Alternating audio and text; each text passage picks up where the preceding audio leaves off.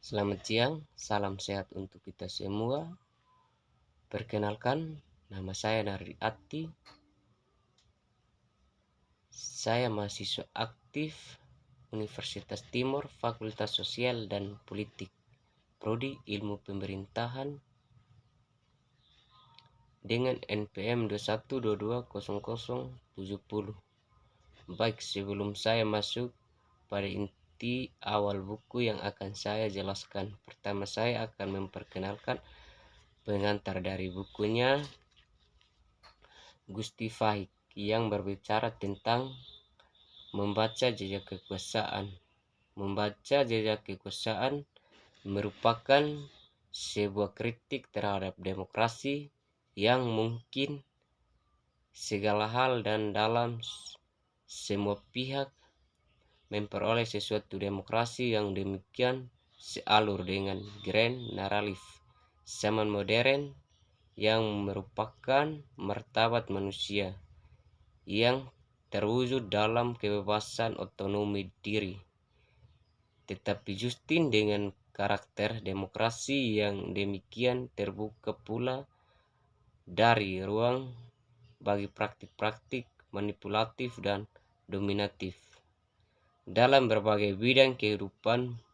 Manipulatif dan dominasi dapat berlangsung secara vulgar maupun secara senyap dan halus melalui struktur-struktur simbolik. Kenderes adalah tokoh sejarah Jawa yang terkenal karena perannya dalam mendirikan kerajaan Singasari pada abad ke-13. Ia adalah istri dari Tunggul Ametung yang kemudian menjadi raja pertama Singasari. Kenderes juga dikenal karena legenda kecantikannya dan peran pentingnya dalam politik Jawa pada masa itu. Mungkin itu sebabnya banyak orang yang dengan berbagai cara mempertekankan kekuasaan sekecil apapun yang memilikinya, seandainya kekuasaan itu bukan sesuatu yang memberikan kenikmatan. Mungkin tidak ada kisah berkepanjangan antara kubu Agung Laksono dan kubu Abi Rizal Bakril dalam tubuh pertama Harmusi dan dalam tubuh PP. Kekuasaan ini memberikan kenikmatan sehingga ia menjadi incaran banyak orang yang merasa mampu mencapainya. Kekuasaan itu rapuh sehingga perlu dilindungi agar tidak hancurkan oleh pihak lain. Ia perlu dijaga, kalau mungkin dipertahankan dengan segala daya dan cara agar tetap dimiliki sendiri. Dan salah satu contoh dari cerita Kenderes itu seperti Soeharto dan rezim Orde Barunya yang nyaris sempurna. Bagaimana kekuasaan dipertahankan dengan memanfaatkan segala perangkat termasuk militer dan parpol. Sementara itu Bung Karno merujuk kepada Soekarno, presiden pertama Indonesia. Soekarno memainkan peran kunci dalam perjuangan kemerdekaan Indonesia dari penjajahan Belanda.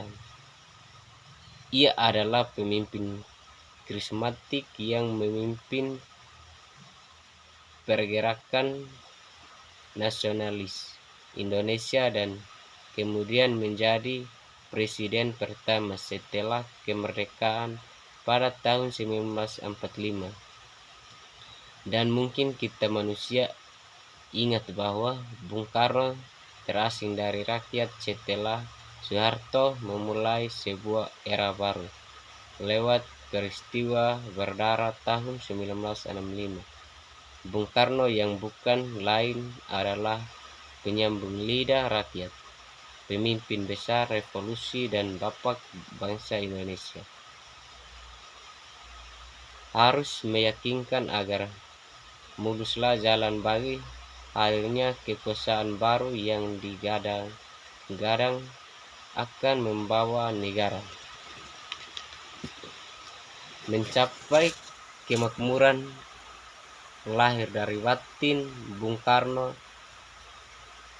tidak sendiri, ia ditemani oleh hampir setengah juta rakyat yang dibantai dan dihilangkan nyawanya sebagai tumbal sebuah era yang baru saja akan dimulai. Bung Karno telah menyelamatkan menjadi mitos tentang kepemimpinan sejati yang saban hari tanpa malu-malu dijadikan rujukan pada kontentang pemilihan kepala negara. Maka mengenang Juni sebagai bulan kelahiran Bung Karno adalah mengenang berjuta rakyat yang selama sekian tahun tersisi oleh gerak maju sejarah.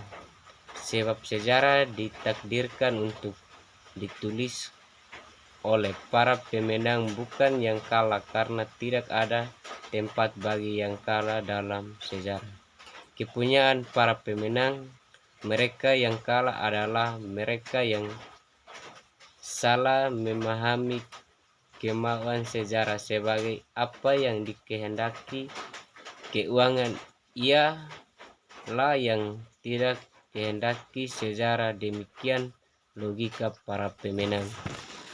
Apalagi ketika kejujuran itu sudah berkaitan dengan banyak orang, kejujuran bukan lagi menjadi persoalan sepenuhnya persoalan. Ia menjadi sesuatu yang bernilai sosial. Ialah menggapai saksi dan bukti diperlukan untuk mendukung memetahkan kejujuran yang diungkapkan seseorang. Dalam kasus Raskolnikov yang dengan sadis membunuh dua wanita bersaudara, Aliona dan Elisaveta Ivanov, menggambarkan kepada kita bahwa bagaimana nilai kejujuran itu harus ada dari diri kita sendiri tanpa harus melibatkan orang lain, sehingga ia siap untuk menjalani hukuman sesuai dengan nilai kejujuran yang sudah ia berikan. Sekian dari video saya, mungkin ada kata yang kurang, saya minta maaf. Sekian dan terima kasih.